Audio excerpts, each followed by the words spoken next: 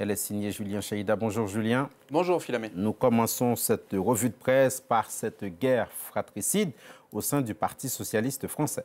Oui, c'est en tout cas l'avis du Canard enchaîné qui parle, vous allez le voir, de lutte des crasses, le jeu de Canard enchaîné qu'on connaît pour son goût pour les jeux de mots. Alors, comment faire pire que le score d'Anne Hidalgo à la dernière présidentielle? Eh bien, nous dit le journal, en organisant une élection interne pour désigner le premier secrétaire teinté de doute et de tricherie. Je vous rappelle le contexte, le sortant Olivier Faure clame sa victoire quand son challenger Nicolas Maillard-Rossignol l'accuse de tricherie.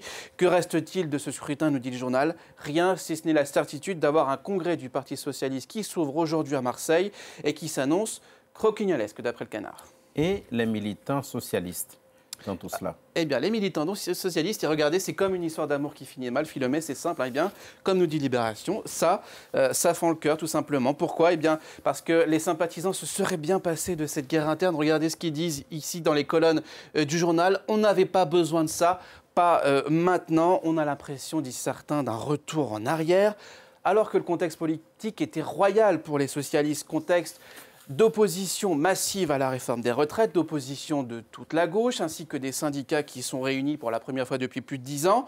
Mais malgré ça, les socialistes n'y sont pas. Ils ne sont pas à la hauteur de l'enjeu dit Libération. Le Parisien lui donne quelques infos au niveau local du Parti socialiste, puisque ça se passe à Marseille pour le congrès. Eh bien, que se passe-t-il dans les Bouches-du-Rhône? On compte moins de 1400 militants, nous dit le Parisien. C'est moins belle la vie pour le PS.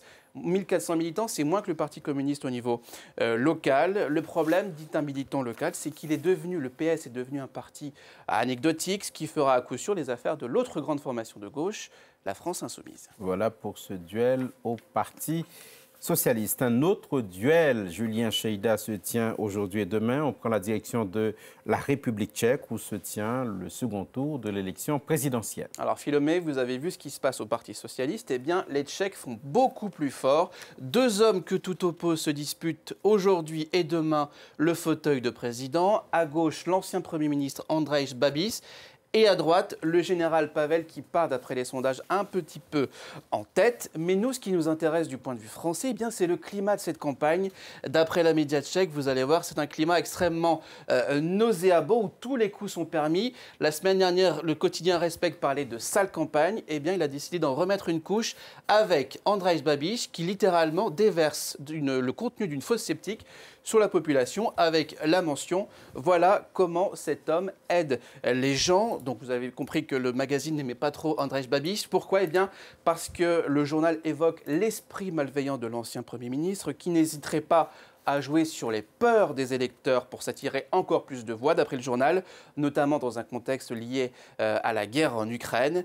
Le rédacteur en chef écrit « Il ne s'agit pas de choisir entre Pavel et Babis, mais bien de choisir entre la grandeur d'esprit et la vulgarité, ou encore entre l'avenir et le passé. » Fin de citation. Allez Julien, on passe maintenant à la très très belle histoire du jour. On parle de ce traitement découvert par un médecin français qui permettrait enfin de soigner une maladie tristement célèbre. Effectivement, cette maladie, peut-être que vous la connaissez, c'est la maladie de Cloves ou alors syndrome d'Elephant Man, donc dirait du titre de film réalisé par David Lynch qui raconte l'histoire de Joseph Merrick au 19e, atteint de cette maladie qui déforme le corps jusque parfois à en provoquer la mort. Eh bien, un chercheur français, il y a quelques années, avait commencé des recherches sur cette maladie, avait découvert une molécule et quelques années plus tard, en voici les effets. Eh bien, voici ici Joséphine, 3 ans, et Ashanti, 9 ans, qui, il y a quelques années, quelques mois encore, ne pouvaient pas marcher et qui, après la prise de ce traitement, tout simplement, ont retrouvé, vous voyez ici, leur joli sourire d'enfant.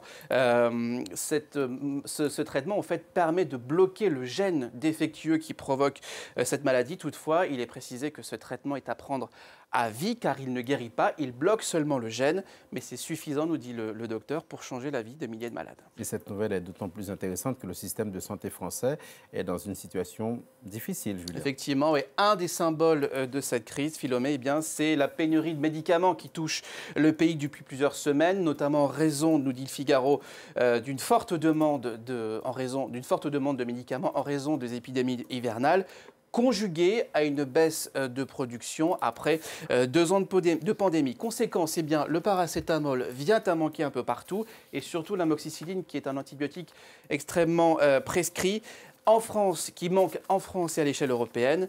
Alors, les citoyens découvrent peut-être cette situation depuis plusieurs semaines, mais le secteur de la santé alerte sur ces pénuries répétées depuis plus de 10 ans. Il faudra bien, nous dit le journal, un jour s'interroger sur la question de la production de nos médicaments, et cela dans un futur proche. Merci beaucoup, Julien Cheida. Revue de presse à retrouver sur les plateformes, évidemment.